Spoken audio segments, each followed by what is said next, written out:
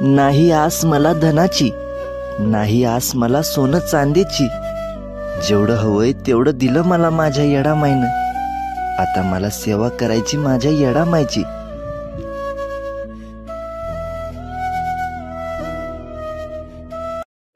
प्रभू श्रीरामानं येडी म्हणता खूप राग आला माझ्या येडामाईला. डोंगर फोडून झाली रक्तबंबाळ, मोठ्या मोठ्यानं आरोळ्या ठोकू लागली. या येडामाईला एवढं क्रोधित पाहून देव दानव सारे भयभीत झाले. या आईचा राग शांत करण्याची कोणात ताकद नव्हती. मग महादेवांनी ब्रह्म विष्णू महेश यांना एकत्र घेऊन दत्तुबा लवणाच्या पाण्यानं या येडामाईचा राग शांत केला.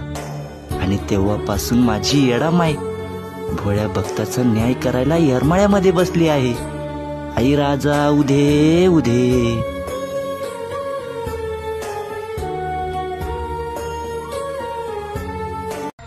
चांगल्याने चांगलं आणि वाईटाने वाईट समजलं मला. पण माझ्या वाईट वेळेत कोण कामी नाही आलं. सर्व माझ्यापासून आपोआप दूर झाले. आणि त्याच वाईट वेळेमध्ये येडामाईनं माझा हात पकडला आणि मला येरमाळ्याला घेऊन गेली. आणि माझं गाराण ऐकून घेतलं. आणि या आईनं मला लेकरावानी जीव लावला. तिनं मला लावला जीव गुळावानी ग्वाड, रांचं मी पाखरू पण लेकरावानी लाड.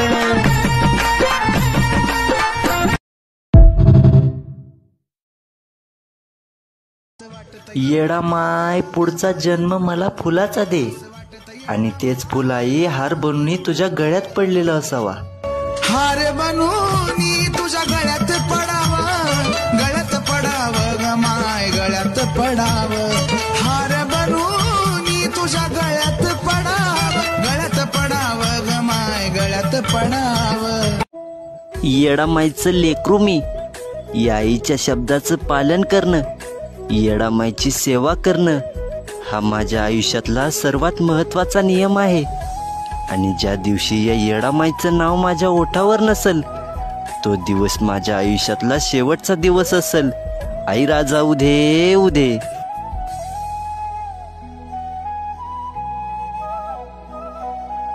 एखाद्या लेकराचं वाईट करून जर आपलं चांगलं होत असेल तर त्या चांगलं होण्याला काही महत्व नाही. एक दिवशी आपलं पण वाईट होऊ शकतं. आपल्या कर्माची फळं आपल्याला भोगावाच लागतात. आणि खऱ्या खोट्याचा न्याय करायला माझी येडामाई बसली आहे. आणि तुम्हाला तर माहिती आहे, ती खोट्याच्या बाजूने कधी उभा राहत नाही.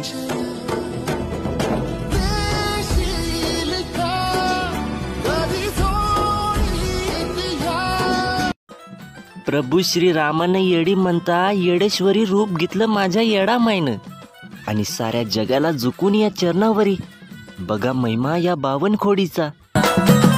सारी झुकली चरणावर महिमा बावन खोडीचा, सारी झुकली चरणावर महिमा बावन खोडीचा. झुकली चरणावर महिमा बावन खोडीचा, सारी झुकली चरणावर महिमा बावन खोडीचा.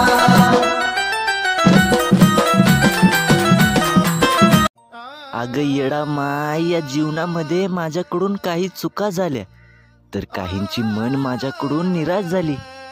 जेव्हा जेव्हा माझी वाट चुकली तेव्हा येडामाई तुम्हाला वाट दाखवलीस. कसा विसरू तुला येडामाई, तूच या जीवाचा आधार आहेस. तुझ्याशिवाय माझ्या जीवनाला अर्थ नाही.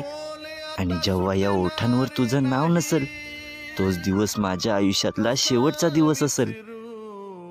ज्या दिवशी मला नाही आठवणार येडामाई, तो माझ्या जिंदगीचा दिवसच नाही. ज्या दिवशी मला नाही आठवणार येडामाई, तो माझ्या जिंदगीचा दिवसच नाही.